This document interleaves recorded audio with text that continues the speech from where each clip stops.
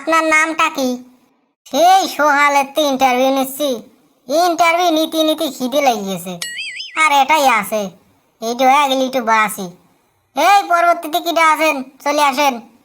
আসসালামু আলাইকুম স্যার, আমি কি ভিতরে আসবো?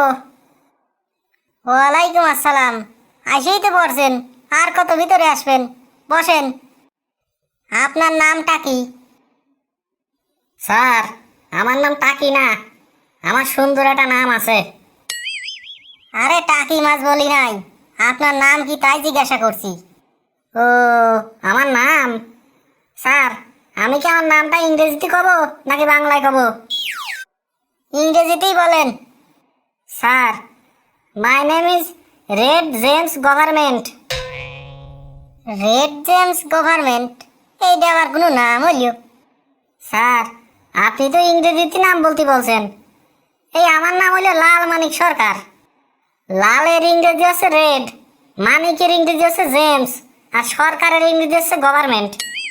এই জন্যই my name is Red James government.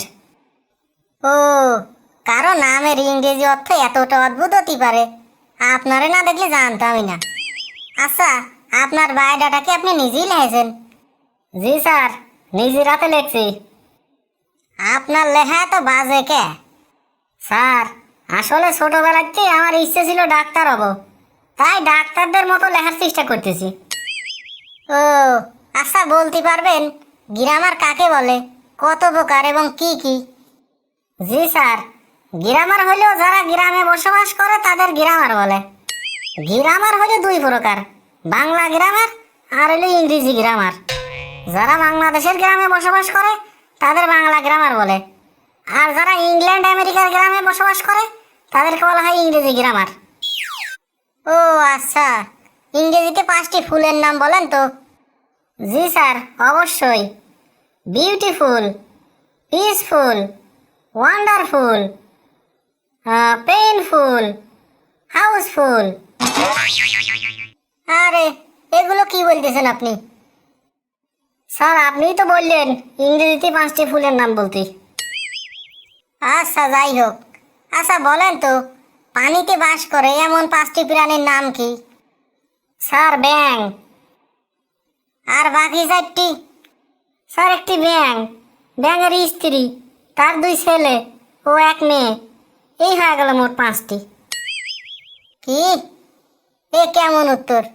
আচ্ছা, আরেকটা প্রশ্নের উত্তর দিন তো।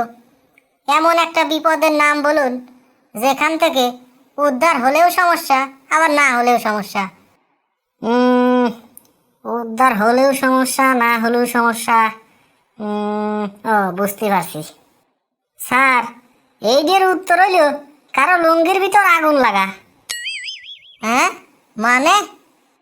মানে ধরেন স্যার, আপনার লুঙ্গির ভিতর আগুন লাগলো, তাহলে আপনার লুঙ্গি খুলে ফেললেও সমস্যা, আবার না খুললেও সমস্যা।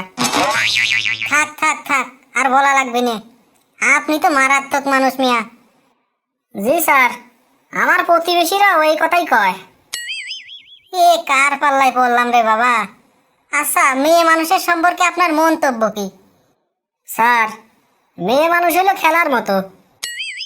মানে, আপনার কথা ঠিক বুঝতে পারলাম না। জি, বুঝিয়ে বলতেছি। ধরেন যুবতী মেয়েরা হলো ফুটবলের মতো, একজনের পিছনে সবাই দৌড়ায়। প্রাপ্তবয়স্ক মেয়েরা হলো ক্রিকেট বলের মতো, একজনের পিছনে 2-3 জন দৌড়ায়। আর বয়স্ক মহিলা হইলেও টেবিল টেনিসের মতো, এ ধাক্কা দিয়ে দেয় একজনের কাছে, আবার ও ধাক্কা দিয়ে দেয় আর একজনের কাছে। ও আচ্ছা, ওকে, আমি আপনাকে শেষবারের মতো একটা প্রশ্ন করব। যদি ভালো মতো উত্তর দিতে পারেন তাহলে আপনার চাকরির কথা ভাবিয়ে দেখবো। আর আমি যা বলবো আপনাকে তার উল্টোটা বলতে হবে। জি স্যার, বলেন, আমি উল্টোটাই বলবো। গুড, ব্যাড, পোর, রিচ, রাইট, রং, ওপেন, ক্লোজ, ফুল, ফল। আরে, আমি ইংরেজিতে ফুল বুঝাইছি। আরে, আমি বাংলায় ফল বুঝাই নাই। দূর, চুপ করেন। বাহ, কথা বলেন। আপনি তো একটা পাগল। আপনি তো একটা সুস্থ মানুষ। আপনি কি চুপ করবেন? আপনি কি কথা বলবেন? স্টুপিড। জেন্টলম্যান, আপনি rejected. Yes, I am selected. এই তোরা কে আছিস? ওর বাইর কর, এই জায়গায় তোর বাইর কর।